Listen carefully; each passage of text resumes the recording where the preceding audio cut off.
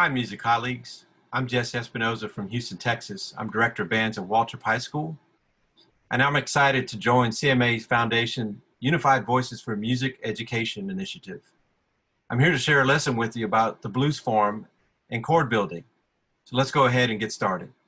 So I think the best thing to let our students know is how important listening is, and just listening, no talking over it or anything like that. Just sit back and just let the music soak in. Especially with jazz, as we're dealing with jazz and trying to build our skills in that particular genre of music, I think understanding how to listen and just to simply listen is super important. And so in particular with the blues, learning to listen to the changes and listening to how the rhythm section is working together, that is super important. And so I like to get into the form of the blues. As you can see on the play along, we have 3 chords to work with. We have the B flat 7 chord, the E flat 7 chord, and the F7 chord. And so this is a very simple version of the blues. Obviously, we don't want to get too far into some other things to go beyond what we're trying to do here in just learning a basic form. And so you'll notice that this is broken into 4 measures, 3 groups of 4 measures, with 12 bars all together. And so the 12-bar blues is going to be the basics to start with as you're learning jazz. And so let's get into what does this mean and what are the chords meaning and how do we build them. I think these are some simple things that we can do to help with this. And so I'm going to share a whiteboard with you, and we're going to do some drawing. For this lesson, your students can use just a simple blank sheet of paper and a pencil. If they have internet access, then obviously that helps them get to that backing track on YouTube. And of course, the other great thing to have would be their instrument, but that's not necessary. And so let's talk about what we're going to draw. And so I have my students draw 3 lines on a sheet of paper, just like this. And then kind of like drawing a tic-tac-toe board, we go across. Sorry about that line. All right. And here we have 12 boxes. And so as we saw in the backing track, the chords outlined, we saw a B flat 7 that started with, because we're in the key of B flat. And that went on for 4 bars. So let's draw it out. I know we can just leave it blank and just remember, but I think seeing and doing, especially in repetition, helps us to remember. Because when we're eventually soloing and playing, we don't have time to think about that too much. It should just be there. All right, so they're the B flat 7s. The next set of chords you saw was an E flat 7.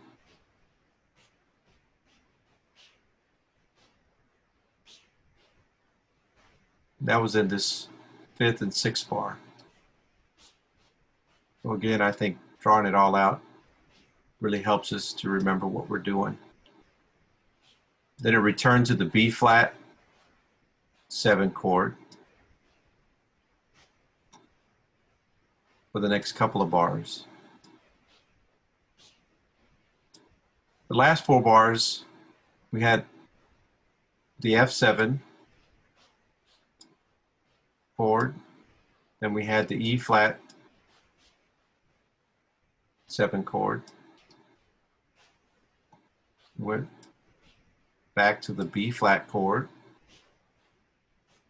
And then of course we ended with the F7 chord. And then of course it just repeats. And so just to match what we were listening to and seeing in the backing track, this is where we start just drawing out and listing all of the chords that we know go to this.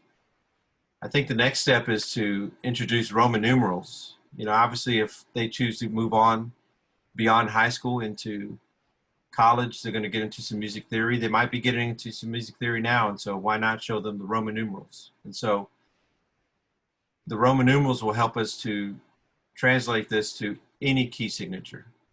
To keep things simple though, we're going to stick with the B flat key, but let's go ahead and learn what those Roman numerals are. And so the B flat 7, because we're in the key of B flat, that's going to be Roman numeral number 1.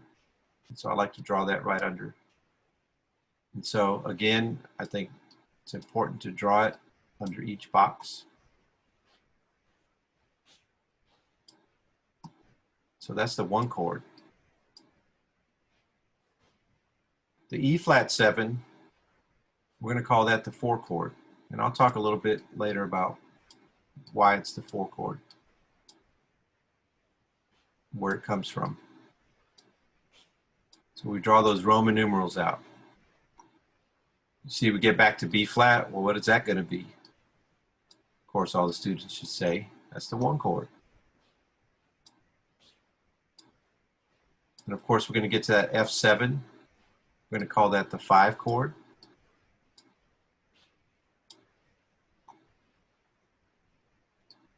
That E flat chord again, E flat 7 is going to be the 4 chord. Back to that B flat 7, again, that's the 1 chord. And of course, we end with the 5 chord, the F7. It's going to take us back to the top. So now they see how the Roman numerals work with the chord changes. And so as we talk about the chords, and then we say changes as a general term, but it's because we want to identify where the change is happening. Where are the chords changing from one chord to the next? And so we can see coming out of the 4th bar, we're changing to from the B flat 7 1 chord to the E flat 7 4 chord.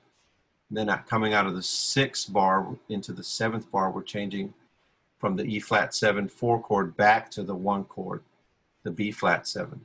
Of course, coming out of the 8th bar, we're at the 1 chord still, and we're going to change to the 5 chord.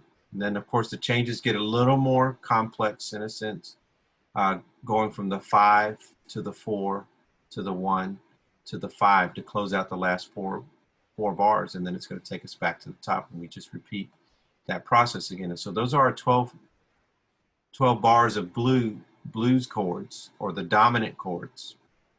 And so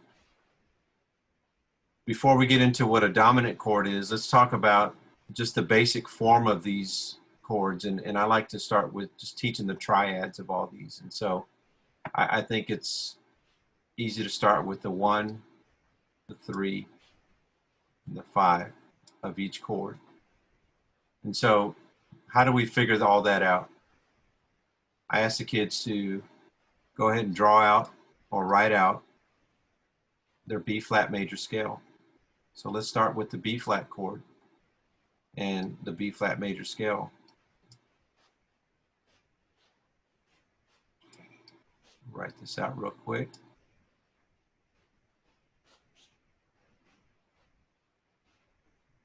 And we can go ahead and stop at the 7.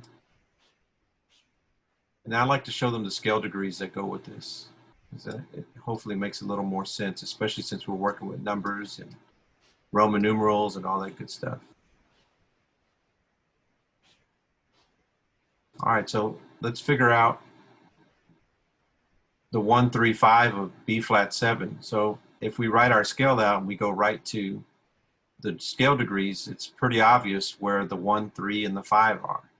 And so you see the 1 is the B flat, and I say circle it because it's a chord tone. The 3rd of the chord is D natural. Let's circle that one. It's another chord tone. And of course, the 5 is the F natural. Let's circle that one. And once they circle it there, come on up to the little box and let's draw it out. And of course, the way we have it drawn out is if we were actually on staff paper, you would see the different notes. Well, let's just start it at least in this form. So the B flat, then we got the D natural, and then we have the F. Now, again, I would have them draw it out in each box for time purposes, we're not going to draw all those out right now. Let's go to the 4 chord. Well, we have the E flat 7 there. So let's draw out the E flat major chord, major scale, excuse me.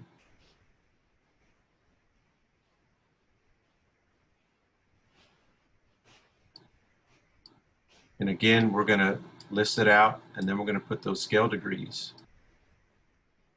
with it. And of course, this is just reinforcing, do we know our major scales? Which, that's always good practice. Again, we're going to stop at the 7. And so we're going to number these.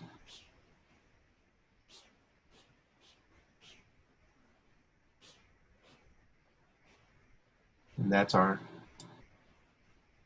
7 scale degree in E flat. And so again, let's go back to our box here, and let's go to the first E flat we see.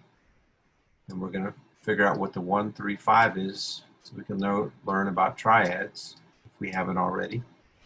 Or if it's reinforcement, again, that's good. So I forgot to circle here. Let's go ahead and circle those chord tones. There's that 1, there's the 3, and there's the 5. And so we're going to put that E flat down here in our box. We'll put the 3rd, which is G natural, and of course B flat is the 5th. Okay, so the last chord change that we deal with is the F7. And so, do we know the F major scale? Of course we do.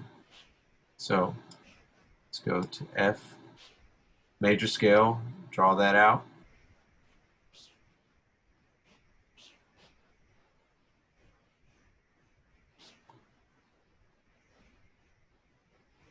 And again, we're going to stop at the 7th scale degree, and we're going to number them just so we can see.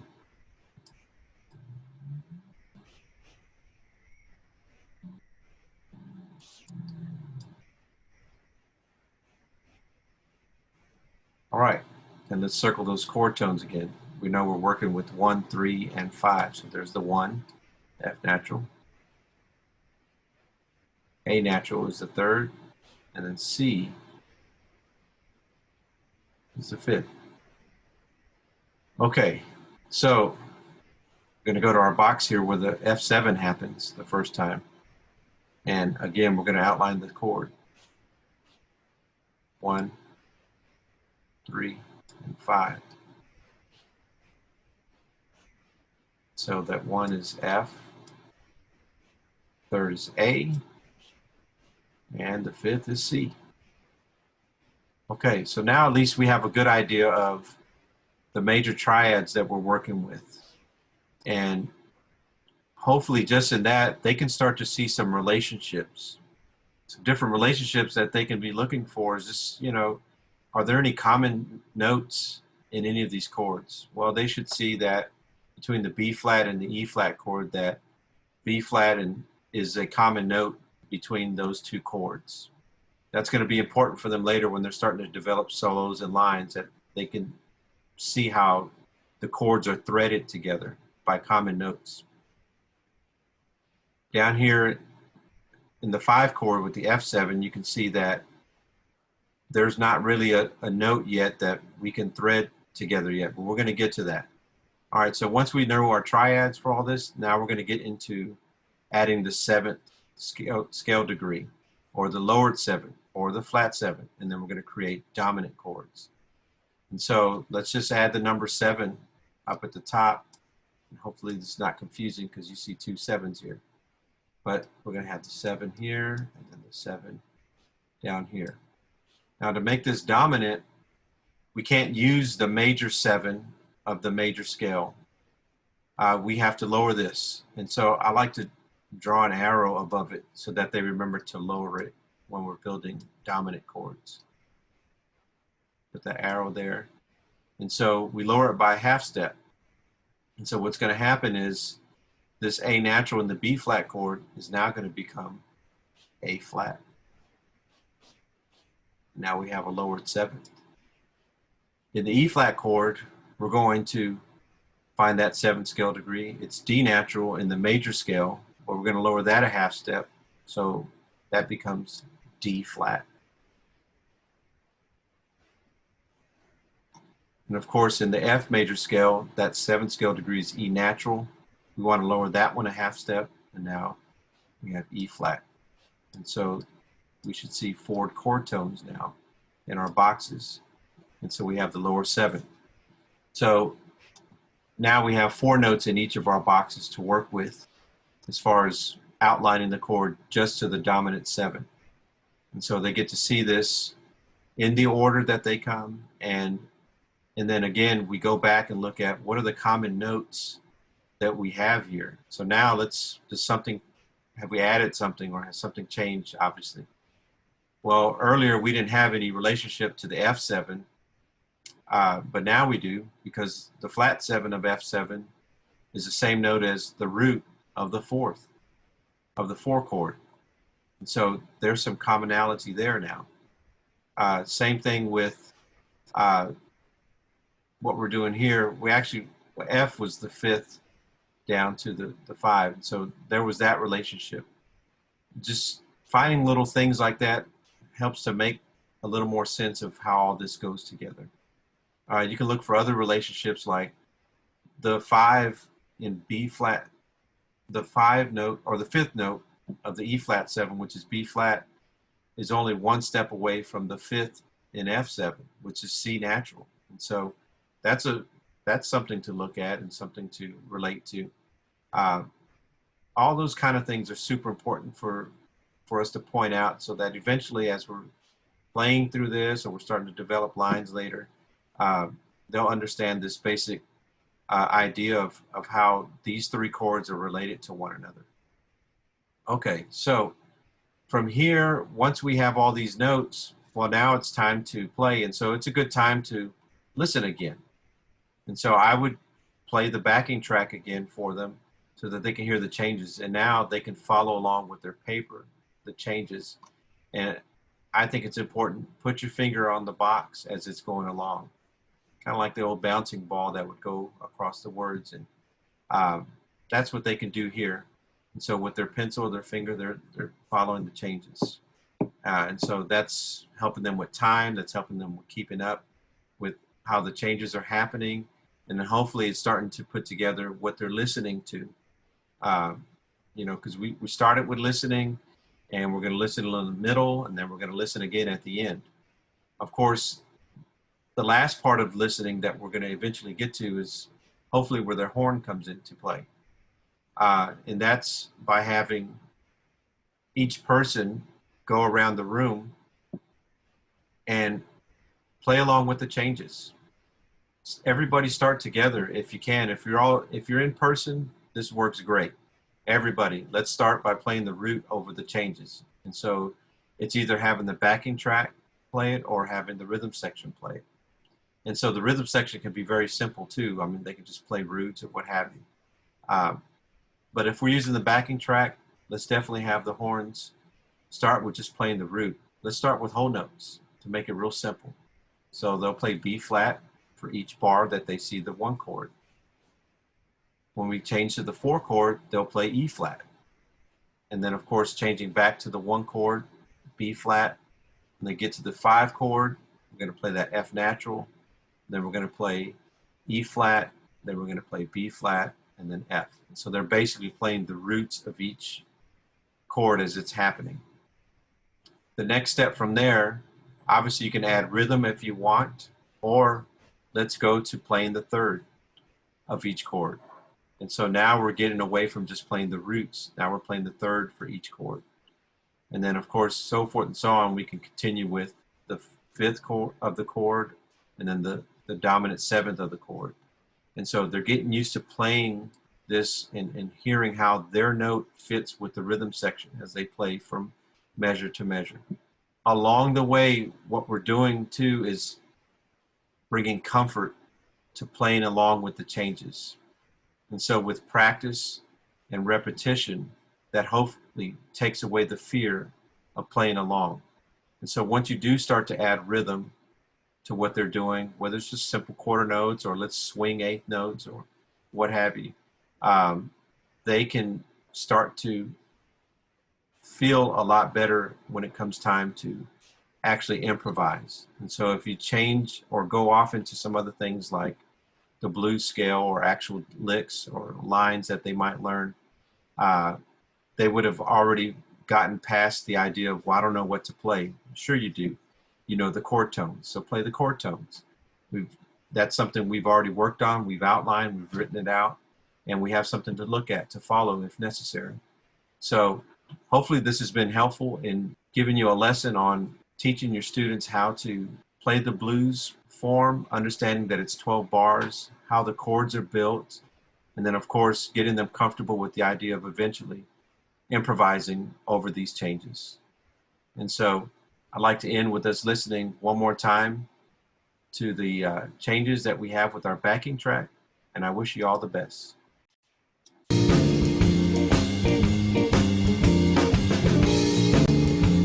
Let's keep jazz alive.